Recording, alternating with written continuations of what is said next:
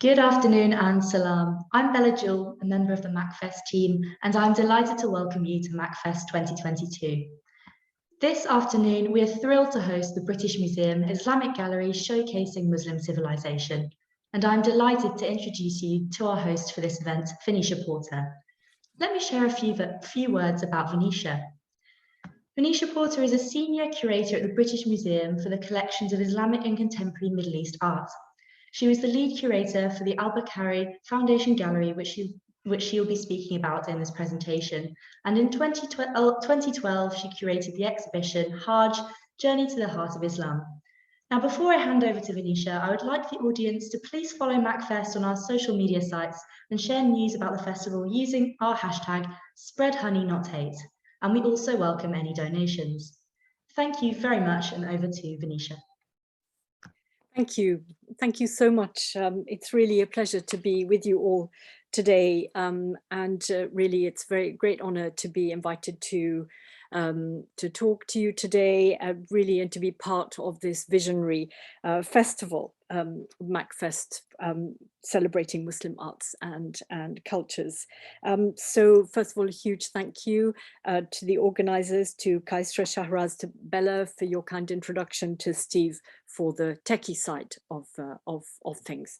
As we know, this is a make or break situation if the techie goes wrong. So we are in very good hands, I know. So today, I'm going to talk to you about this gallery that we opened in 2018 in the autumn. I hope some of you will have had a chance to come and see it. If not, I'm going to be giving you a flavor of it. One of the key things about this gallery was that it's actually in the heart of the British Museum. We had an Islamic gallery before, which was at the back. Nobody could ever find it. And beautiful as it was. But this was very important because we have two glorious rooms right in the heart of the British Museum. And in order to do it, we received a grant from the wonderful Albukhary Foundation based in Malaysia. Now, one of the key things about the gallery was creating the atmosphere. And in order to do that, we worked with a wonderful person, Ahmed Angawi, who made the beautiful screens that we have in the gallery. And what we're going to do now is just to show you a very short film about the making of these screens and to hear something in the words of Ahmed Angawi. So Steve, let's look at the film now. My name is Ahmed Sami Angawi. I'm originally from Mecca and I live in Jeddah, Saudi Arabia. I'm a product designer and a maker. I like to make stuff with my hand. Since the beginning, I was always been interacting with craftsmen and always been looking to work with them. I felt I wanted to go to the essence of making. So that's why the root of craftsman came along. I've been doing this craft and teaching it back home in the old city. There is a way to document and analyze and then innovate. And that's been the process of my making of things, is just to document them the way they are, analyze them geometrically and the way it's making, and then develop ways to innovate within tradition in the order of balance. Once you understand the structure of any craft, you can innovate. Those screens are assembled together without using nail or glue. So the cuts have to be very precise. Otherwise, you will not have this joint perfectly coming in together.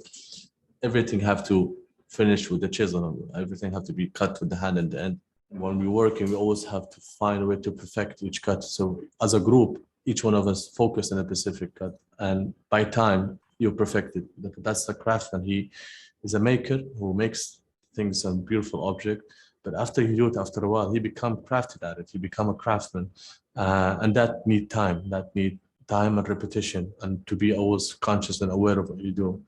So in a way, what we did it as a group, each one of us was focused on a specific cut, and he's naturally perfecting it because he's doing it day after day after day.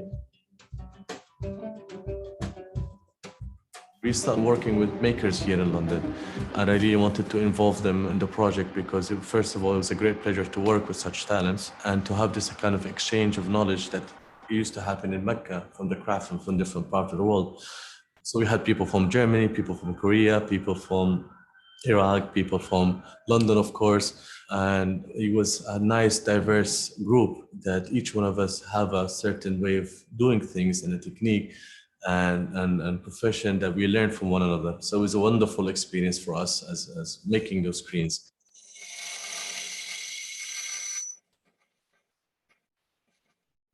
Mecca is always considered as the heart of Islamic civilization, and I really wanted to work with this concept, meaning that the idea of inhale and exhale. Mecca have inhaled from cultures around and also exhaled its own. Culture is always based in this diversity. You can see it in our architecture, you can see it in our food, you can see it even in our own genetic blood. There's a lot of diversity in there, and we take pride in that. We celebrate the diversity and unity that we have. When I saw the two windows opposing one another in the tradition gallery, I immediately thought of a dialogue between those two. It have to be something that relates to what I was talking about, Mecca being the heart, and also walking into any museum or any gallery. You always look at the objects and art pieces with your mind and heart. With your mind, you can see how the craftsman is made, what techniques you use, what's the material. With the heart, if you're passionate about the culture, you completely connect with it. So we have this idea of dialogue between the heart and mind in many different cultures. So I thought of each time the person visit can sit, he can always reflect in this idea. Each one of those screens have openings, and those openings, we either call them units, and I prefer to call them letters. Same idea with letters. When you compose letters together, you come up with words. When you compose words together, you come up with sentence. And for me, it all falls within the grammar of Islamic architecture. It's all part of the element. So I start calling them letters and then composing, and made sure that each one of those units have a different. I wanted to show to the viewer that we have so much variation, and this is only just a few, and there's some of them are hybrid, meaning that two units together develop this new interesting shape. And I saw that also part of the tradition that the craftsmen used to make it with that kind of concept. So I felt very comfortable to go in that direction, since also is been documented and been shown in the old Meccan houses, and again move with it and develop many different variations. I come up with so many variations because I was very excited. At the same time, I wanted to have the ideal screens there, something that represented my country, my culture, and also for the viewers to see that this is how you used to be, and this is what the different variations of it. Nowadays, we only look at appearance and how things looks rather than the process, how it developed, and if it follows an ethics of making. So I wanted to merge between design, craft, and technology and find a way that they can work together.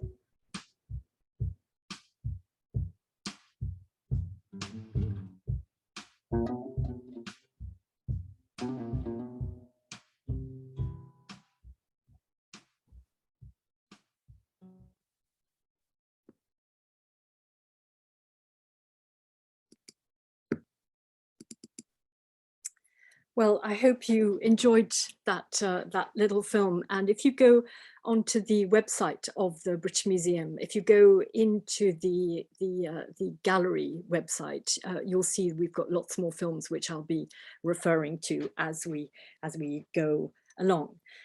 So you see that the atmosphere was very, very important in terms of what we were trying to create here. The other was really the sense of what is Islamic world. And so unlike our previous gallery, where we really focused on material culture of what you might call the central Islamic lands, what we wanted to give a sense of here was really the breadth of what we call the Islamic world, really, which goes from West Africa right up to Southeast Asia and China. And what we mean by this is really a series of regions where Islam has been or continues to be the significant faith. It's not to say that there aren't other faiths there, and we talk about that as well. But this sense of the geography is very important, and you see that in the gallery in both rooms of the gallery, and I'll be showing that to you in a second. So essentially, the gallery goes across 2 rooms, and they're chronologically divided. The first room takes us up to about 1500. The second takes us from 1500 to the present day. And the important thing really in terms of how we did this, so we were a team of 4 people and we worked solidly on this for about 3 years, was to really come up with how can we portray the cultures and civilizations associated with the Islamic world? What stories can we tell? And for that, we really dug deep into the collections of the British Museum from right across the museum, actually from departments from Middle East to Asia and Africa and so on. And what we wanted was objects to tell stories. It's no good if you have a story you want to tell and you don't have the object to go with it. So we always, as museum curators, we start from the object and what does the object tell us and how do we then weave our stories. So we came up with a way of doing this where you have a kind of chronological structure in the center of the gallery. You'll see more of this in a minute, and then a whole series of themes on the sides. One of the difficulties in the British Museum is that you can very easily just go from one culture to the next. So you need a marker as to why you are, or what it is you're going to see in a new gallery.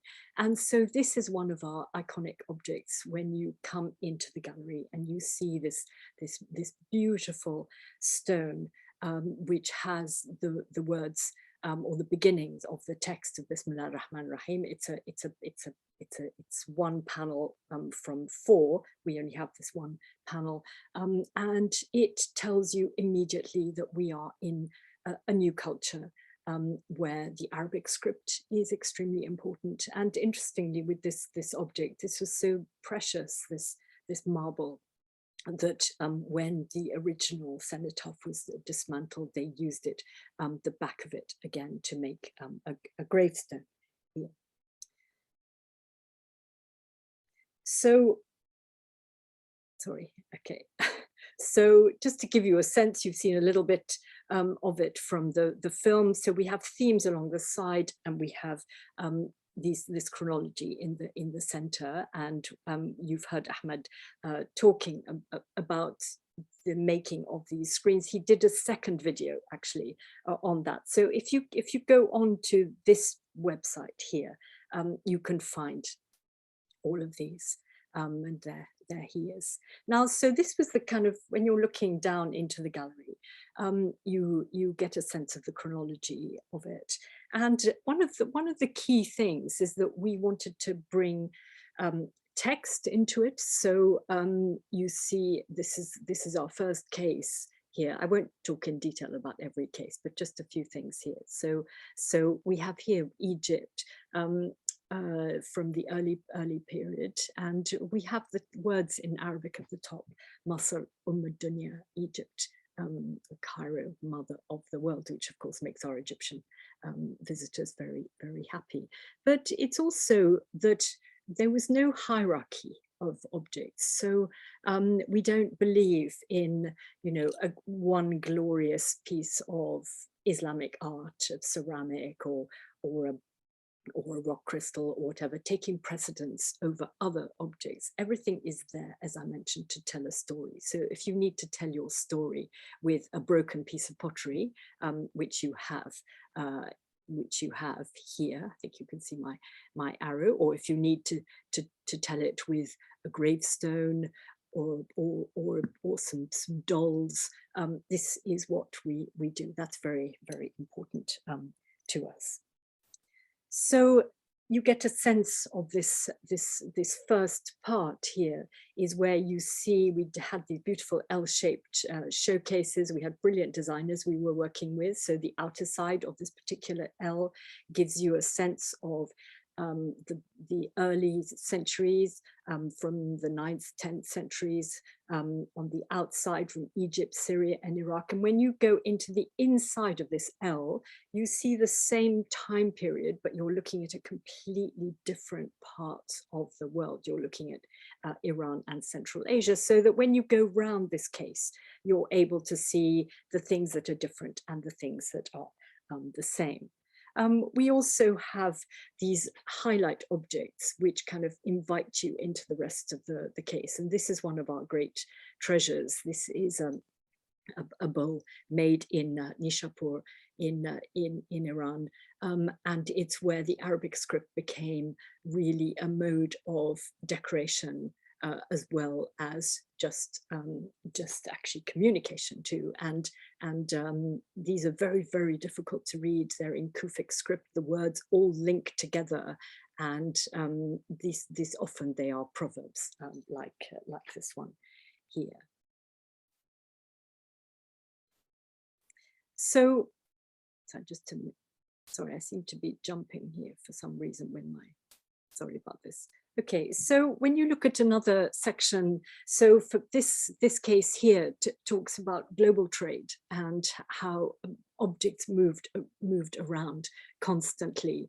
And the Arabic text that we put in here was actually from the beginning of the story of Sinbad from the Southern and One Nights. So this is when he sets off, and you get a sense of this incredible journey that he's going to go on.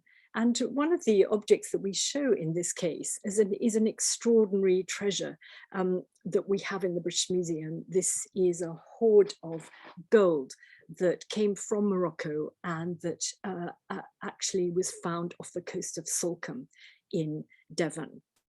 And this is an amazing group of objects, of coins and broken jewelry that came all the way from Morocco. So it's one of the things that shows how all these worlds meet all together.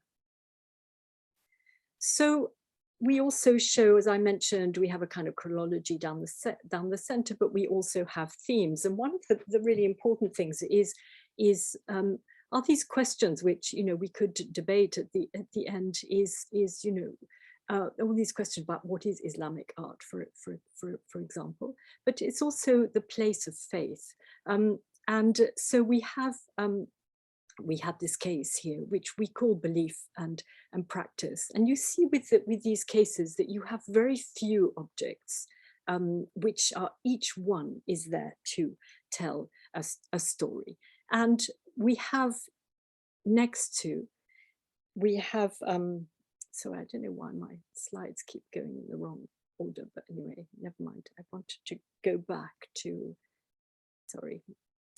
Okay, so there's a case just before that belief and practice, which is where we have a Quran. And we don't have a large collection of Qurans at all. Most of those are in the British Library. But the important thing is that we've placed it here. It's a West African Quran. And so immediately we get this sense of the breadth of the Islamic world. Another key object in that case is this Mosque Clamp from Jerusalem, where it was found, and it was made for there. And the key thing is actually to highlight the centrality of Jerusalem for the monotheistic religions. And it's a most beautiful object, very important too. It's dated to 1549. It has a date on the bottom, and it includes this beautiful hadith from the Prophet Muhammad, where he compares the believer in the mosque to a fish in the water and a non-believer in the mosque to a bird in a cage. What we also show here are two very important objects that are quite unusual. So on the left, you see this is a dish made at Iznik in Turkey. And this is what's showing, very stylized, of course, Mariam holding baby Jesus. And on the right, you have this flask made, really depicting the moment of Abraham's sacrifice, and this is made in Isfahan in the 17th century. So you see how these objects really tell stories. And then we have a Kaaba tile from Iznik, again from the 17th century. These objects were actually made for people who would probably commission them, and so we have his name at the bottom.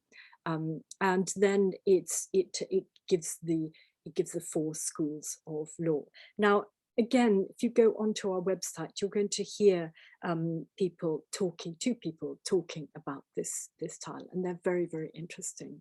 Really urge you to listen to these if you've got time.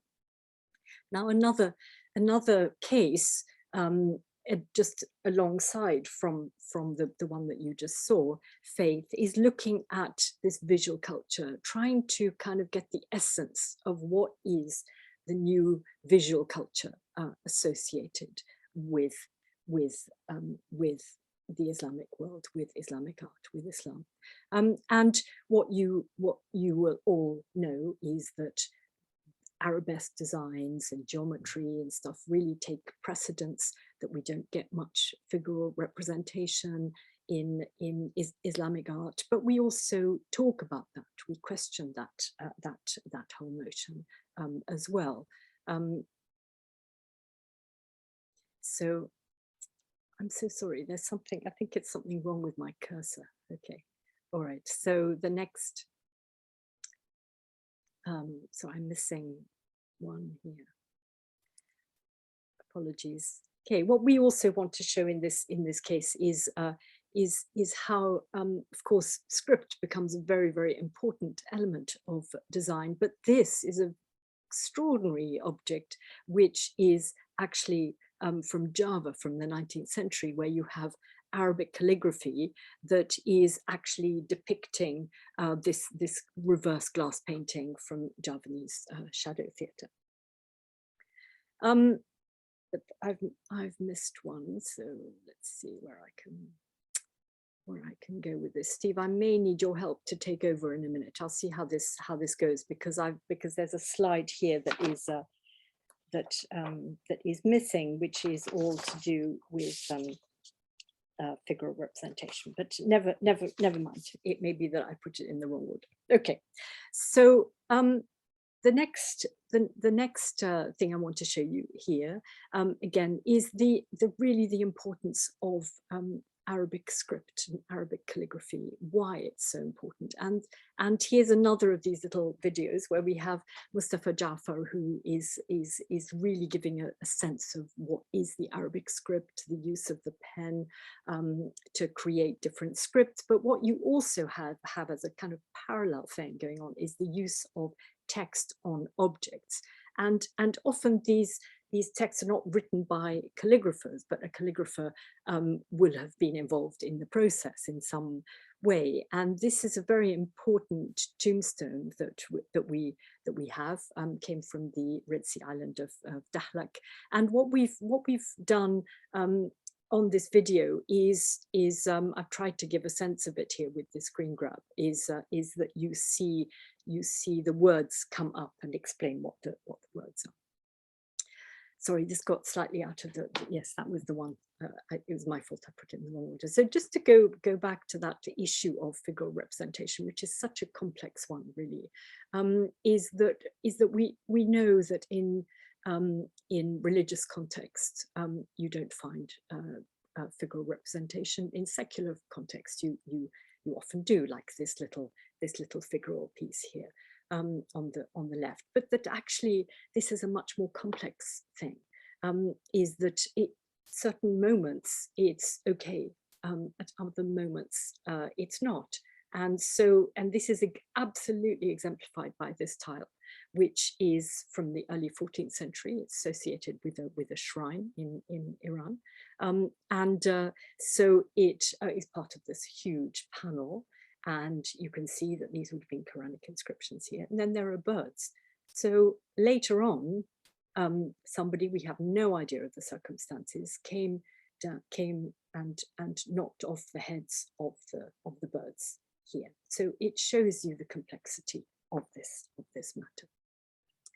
In terms of writing, just to go back to that, what we allude to is, of course, that writing, use of Arabic script just continues to be inspirational to artists. And this is a wonderful Tunisian artist called Khalid bin Slimane, who's made these cones that also look like Sufi hats as well. And he repeats these words, Allah or Huwa, and so on. And he's very influenced by Sufi incantations.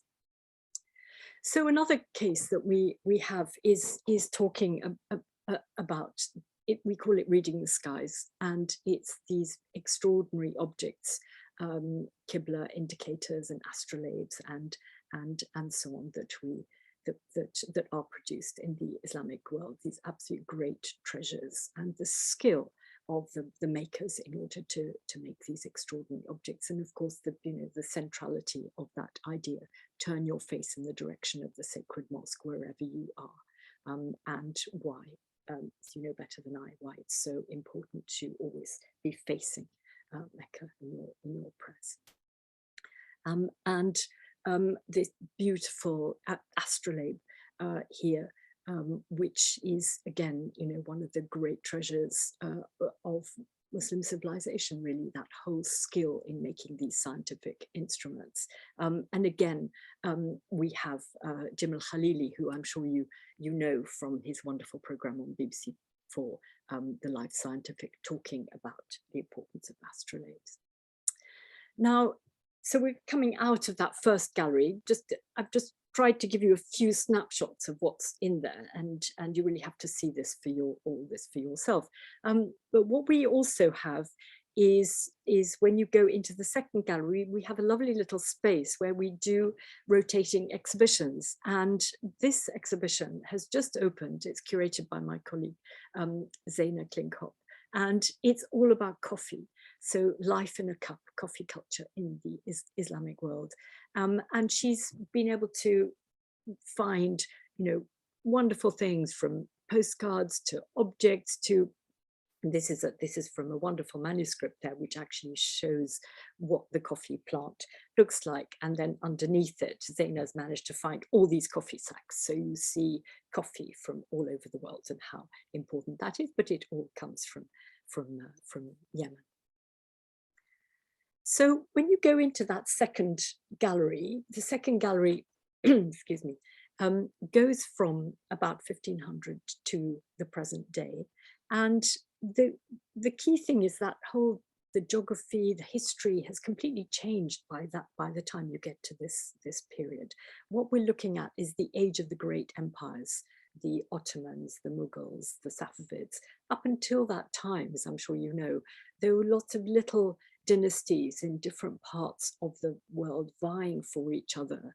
And it's only when you get to this point that you get these kind of blocks, really, which dominate the whole culture.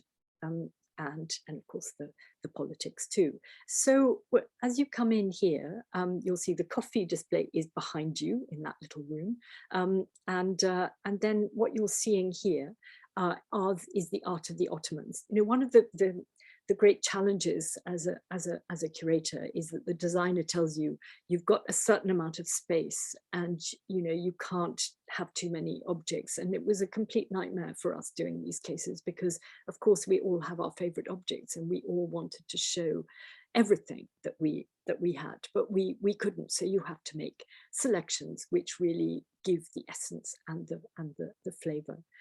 So the big difference about this gallery as opposed to the first gallery is that we show three different kinds of media. So we show these Islamic art objects, ceramics and metalwork and so on. We also show textiles. And so we're using here textiles from our wonderful collection, which are essentially what you call ethnographic materials. So this is material of living tradition, mostly from sort of 19th, 20th centuries, and we show those along the side down there, with again this kind of idea of these L's, showing the art of the great dynasties kind of down the center. But as you will progress through this gallery, what we're also going to see is contemporary art, because this is something that we've been developing a lot of at the British Museum. And so once we get to that point, I'll show you some of those objects, but this gives you a feel for that second part of the gallery. And so that door there takes you from takes you from that first room into here. And so what you've got here is the second is the inside of that L. So you have the Ottomans on the outside, and then you have the Safavids and the Qajars who are ruling Iran from 1500 and right up to the end of the 19th century. And so we show here some of the great objects and a kind of sense of the diversity of the objects. And one of the interesting things about this, and that was a huge challenge actually, is how you show the diversity of the faith of Islam as well. So Sunni, Shia, and so on. And so we decided to actually show that when you get to it at a certain point, rather than placing it all right at the beginning. So what of course we have here is really highlighting how Shiism became the national religion of Iran once the Safavids took over in the early 1500s. And so we show the objects that are associated with that. So like these amazing alams, they're called, that are carried on processions. We have the stones that worshippers, when they pray, they'll place their head on the stones. All sorts of other objects like this. So that was the decision we took, is that you encounter where there is a different sect, different aspect of the faith as you come through. What you're also seeing here is some of our ethnographic material. So these are two amazing hats. So one is a Palestinian hat. It's covered with coins. I don't know if you can see it. And of course, women would carry their dowry with them. Incredibly heavy. I don't know how you would actually wear that on your head for any lengths of time. And then this is a beautiful hat from Kyrgyzstan. And then you can get a sense here of, we're going down that side where you're getting textiles also which relate to every day, of course. And that's one of the great joys, is when somebody comes in to this part of the gallery and says, oh, we've got one of these, or my mother wears these, or whatever, so that you're not creating barriers. This is about the art of every day, as well as history. And then you have shoes here, and so on. So one of the things we also wanted to show was the place of other faiths. You see that elsewhere, but this is a very interesting one. And this case really highlights the Zoroastrian faith, that is of course a very ancient religion, but that still continues, has its adherents still in Iran today. And one of the interesting things is the type of clothing that Zoroastrians wear, and that they had to wear in order to show themselves as different. And one of the things was that they had to, they weren't allowed to use a huge amount of meterage to make clothes, and so they could only use strips. And so they then turned that to effect by creating garments made out of different coloured strips of cloth, and with these colours very prevalent, the red and the green. And we have some of our great treasures that are favourites, with children and so on. And so we've created this thing of through the gallery, you have these objects which are sitting sort of on the lower deck throughout the gallery of the two rooms. So you'll find a bird here, or as in this case, a terrapin, which was found at Allahabad, and we managed to, my clever colleagues managed to actually identify that it was a female of the Kachuga dongoka species, which was a native of the River Jumna. And it's possibly came from a Hindu temple, or it was made for Jahangir. So we're not sure, but it's one of our beautiful treasures. So, as I mentioned at the beginning, what we also wanted to show was the full breadth of the Islamic world. So what you have here is the art of Southeast Asia as well. Again, this is just, you take a few objects, and each of those objects is telling you a really magnificent and interesting story. And so we have a group of objects here, this amazing piece of armor from the Philippines, and this, which is very interesting, which I'll just show you next. So this is a man's batik cloth, and it has, as you can see, a stylized Arabic script here. And what it is the Basmala, but it also has designs which are from Ottoman Turkey as well, and the sign of the Zulfikar.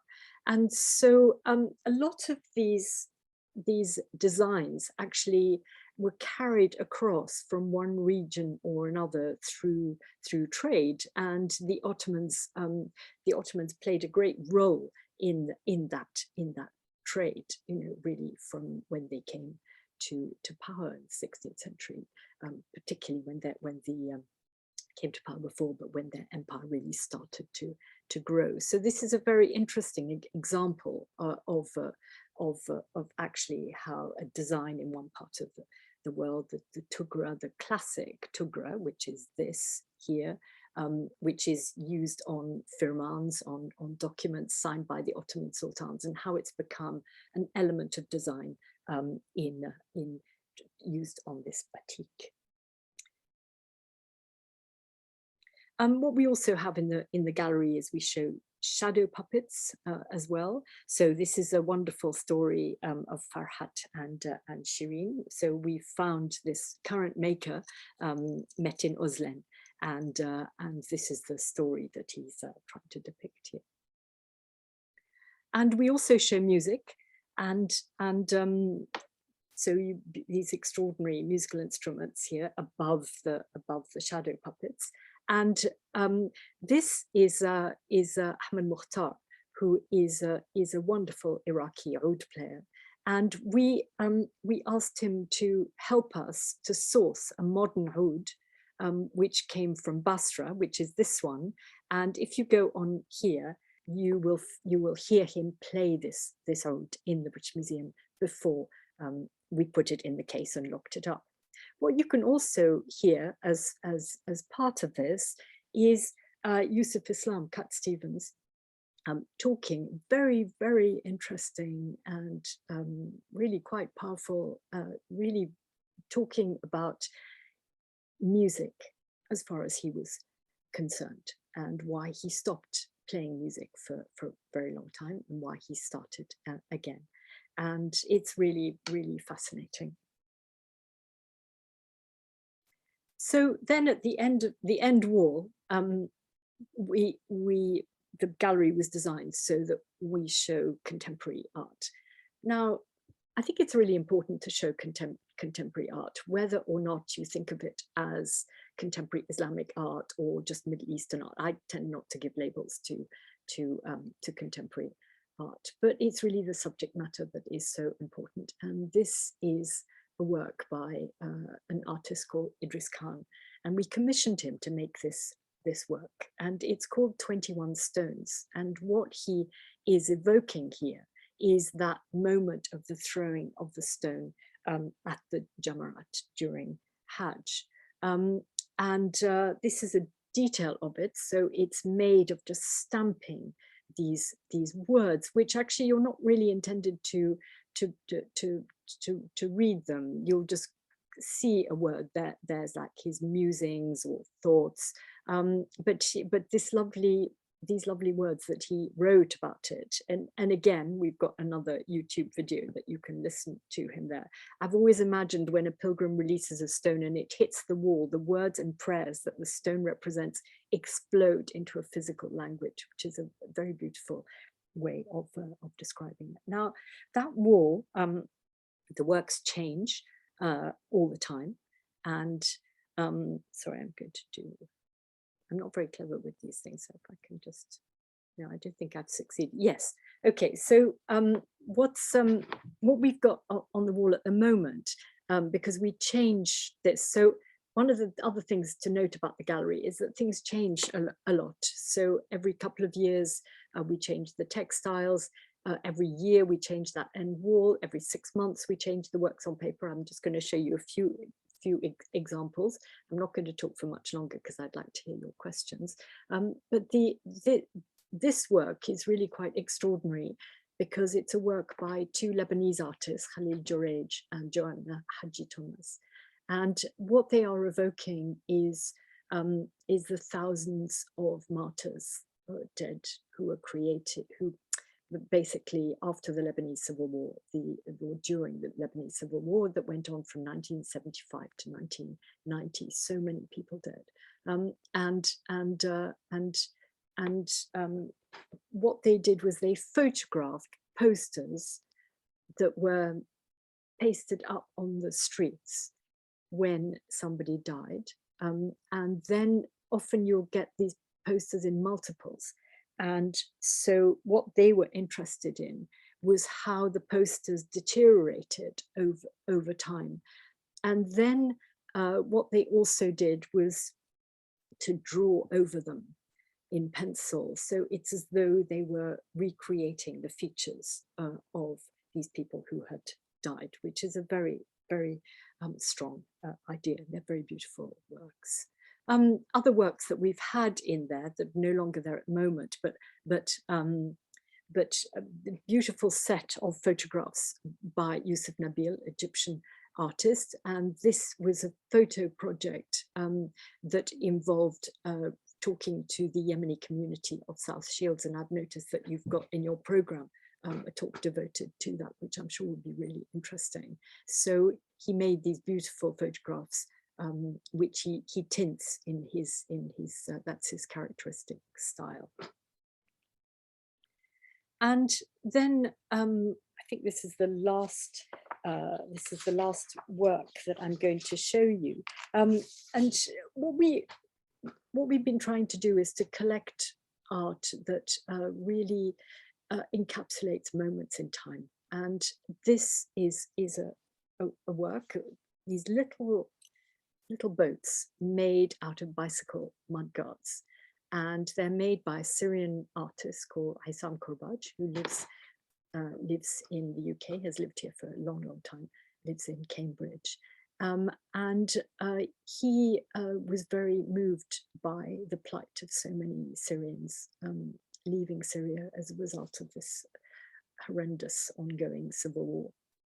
And he went to Lesbos and went with a friend who is a poet, Ruth Podell, and who composed wonderful poetry talking about that, having sort of spent a long time talking to some of these refugees, which these are lines from, but these are the most evocative objects you can imagine. They're absolutely tiny. They're just like this, and made out of recycled bicycle mudguards with these spent matches inside them. And when you look inside the boats, what's extraordinary is the glue. You can just get a sense of it here. The glue is transparent, and it gives you a sense of the sea. And what is so powerful, I think, is how a contemporary artist can just really encapsulate a tragedy like this, or a story. So it's that thing I was saying at the beginning, is how the object is there to tell a story.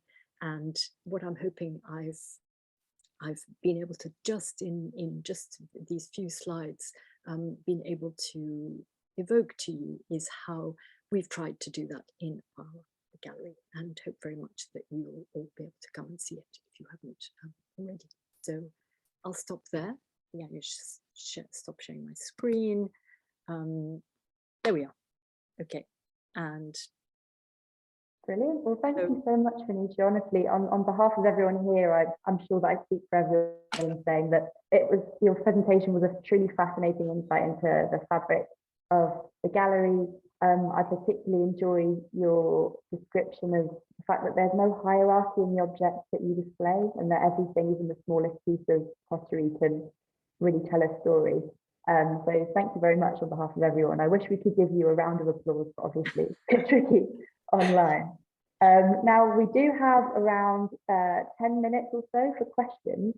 So if anyone has a question, please do not hesitate to pop it in the chat box.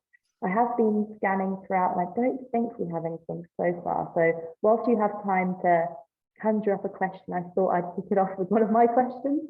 Now, I found the part of the gallery looking at calligraphy particularly interesting, and I was wondering whether, as the gallery's explored the impact of new technology and digital art on calligraphy, and whether that's potentially a theme that you've explored.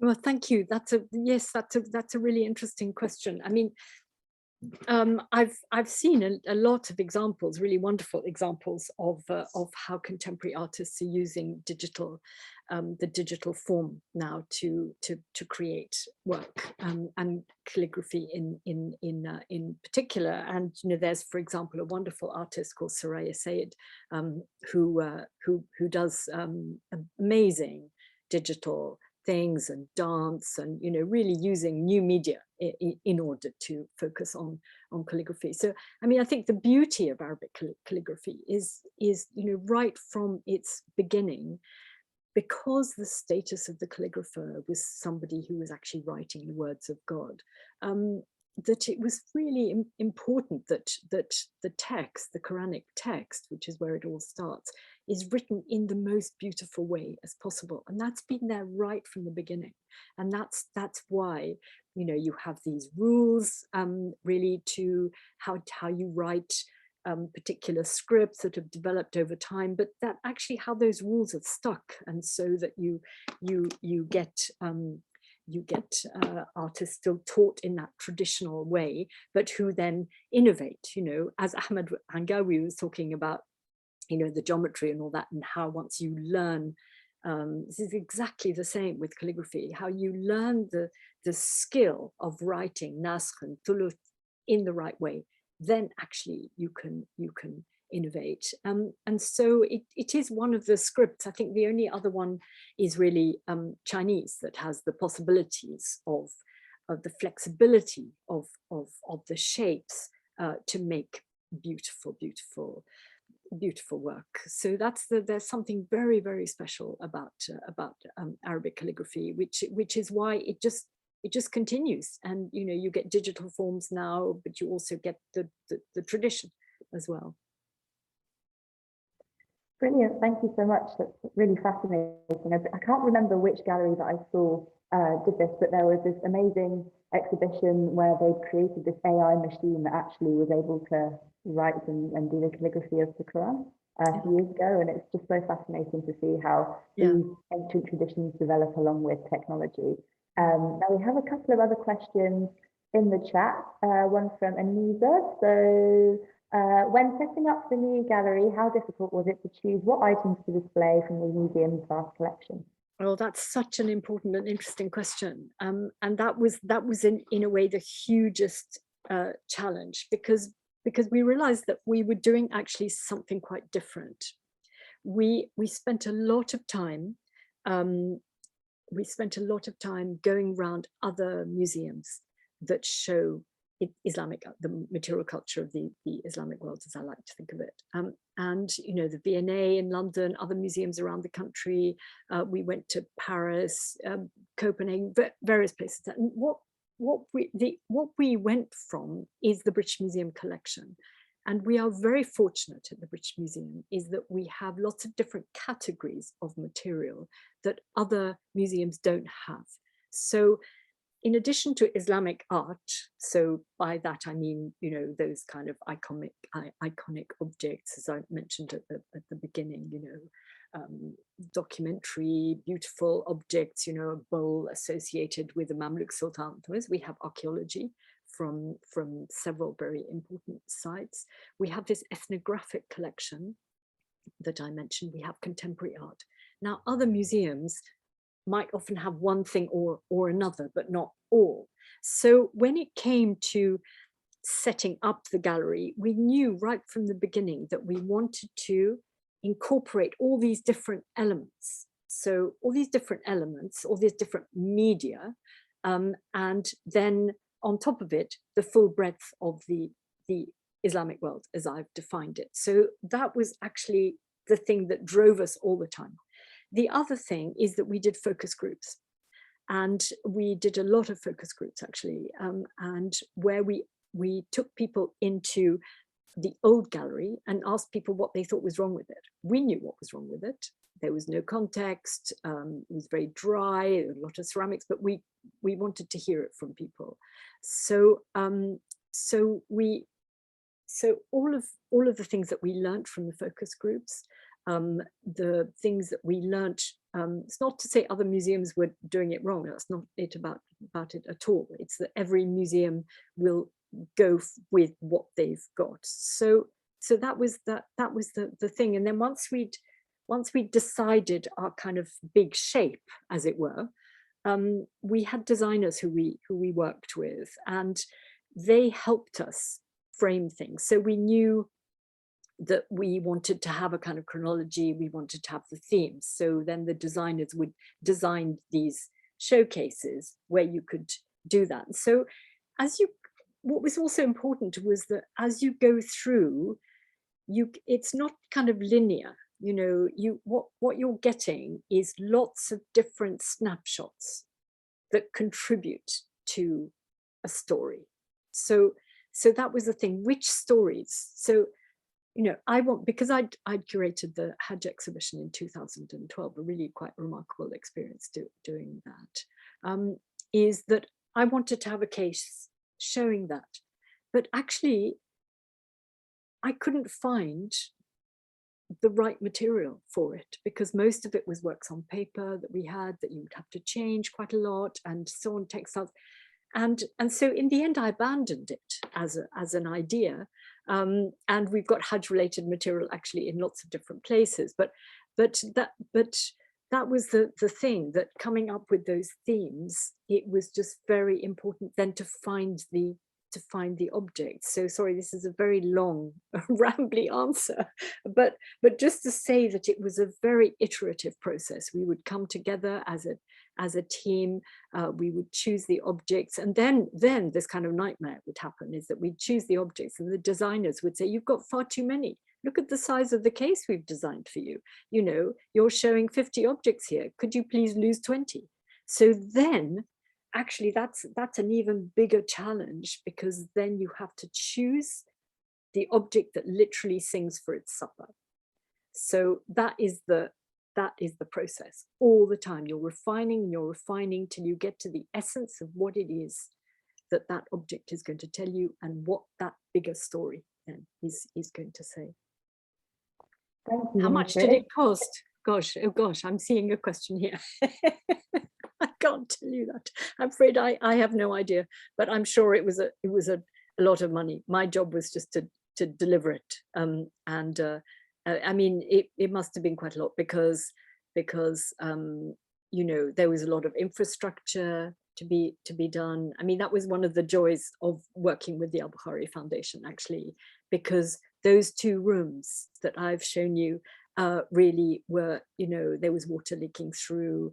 There was terrible things had been done to that room. They'd been used. They were beautiful galleries once, but they'd been used for storage. So everything had to be ripped out. The ceilings had to be ripped out. We redid a lot of the moldings up there. We had, because we wanted to create light in that first gallery, we worked with Ove Arab to actually work out how the light, the progress of the sun as it went round during the day, and that also impacted on the work of Ahmed Hangawi as well, so that he was part of the total picture, so that at certain times of the day, what's absolutely incredible when the sun ever does shine, is that you get the light coming through those Mangur screens onto the floor, reflecting up onto the cases. It's really utterly beautiful. So, it was a subvention the museum couldn't have afforded to do this on its own. But I don't know the actual sum, I'm afraid. It's so fascinating to hear about the art of curation as well, because I think it's probably something that we don't think about when we go and visit a gallery, but to hear about how the space was designed to create this amazing way to absorb all the information that's there is really fascinating. I think we've got one question that's quite a nice one to finish on from the Q&A box, and I think this might be quite a hard question to answer. But Hanan has said, looking at all the objects in the museum, I fell in love with all of them because behind each object there's a story. My question is, what is your favorite piece of art and artist? I'm guessing in the museum. Oh my goodness, that's so lovely. Thank you for that question. I have different objects more or less every day when I go in. But what I love, I think, most are the objects that speak of cultural exchange. Really, motifs going from one place to another. But I have always loved the Arabic script. I am absolutely passionate about the Arabic script. So, that tombstone made by a Meccan craftsman is one of my favorite objects, because actually, and it's really worth going onto the website to see it, because what's amazing about it is that the craftsman, the letter cutter, couldn't fit all the words on the sentence. And so he had to start writing the words kind of up the side of the margin and across the top. So what you're seeing there is the hand of the artist. Amazing. Again, thank you so much for your wonderful presentation. And I'd like now to hand over to Curator, who is the wonderful founder and organizer of MACFEST, who will be again thanking Venetia Porter for this brilliant presentation and for giving us the time to be here today, but also to announce what events we have coming up. Thank you. Thank you so much. Wow, what can I say, Venetia? Thank you so much. That was absolutely a splendid session. My senses have been overwhelmed. I visited the British Museum, another museum, but you know what? You can never get to get this special treatment that we had with you, to go through it all, to explain, to rationalize, and to give us that context. It's been a real treat for us, and I'm sure our attendees will echo that. So we are absolutely delighted to host you, and you've done a sterling job for us, and beautiful commentary, and I've learned so much. And you literally covered the whole world and all different kind of art forms, and it was a real pleasure to listen to you. Thank you also to lovely Bella. She's been a brilliant host. Bella is part of our MACFEST team. She's a journalist and she's hosted before, and she's shown, mashallah, she's a good host, incredible host, and you kept it going with lovely questions and statements. So thank you so much. And finally, to our wonderful attendees who have given us their Sunday, their lunchtime, and I hope it was worth it, and I know it's worth it. So please join us for the next one. As you can see the slide, Islamophobia and Muslims in the Medium. It's going to be a splendid another panel. Is the one that we have every year. And as you know, Islamophobia is in the news. It affects all of us as Muslims. And we've got 4 amazing panelists: Akbar Ahmed from the USA, a scholar, a filmmaker, a writer, a bridge builder across the world. He'll be talking about his experience. We have Mariam Francois, a Muslim convert from France, written, talks passionately about Islamophobia. We've got our own local Ishmael from Manchester, from the Afro-Caribbean community. He will talk about his experience. And then, of course, Baroness Saida Varsi, who is always there to stand up for Muslims and to really tackle Islamophobia. So please do join us at 3 o'clock and have a wonderful time, and go for a nice lunch and join us again. And Venetia, thank you for a splendid, splendid event. I loved it. We all loved it. Thank you again, Bella. And thank you, Steve and Mariam in the background, for doing a wonderful job as always. So everybody, good afternoon, and assalamu alaikum wa rahmatullahi wa barakatuh.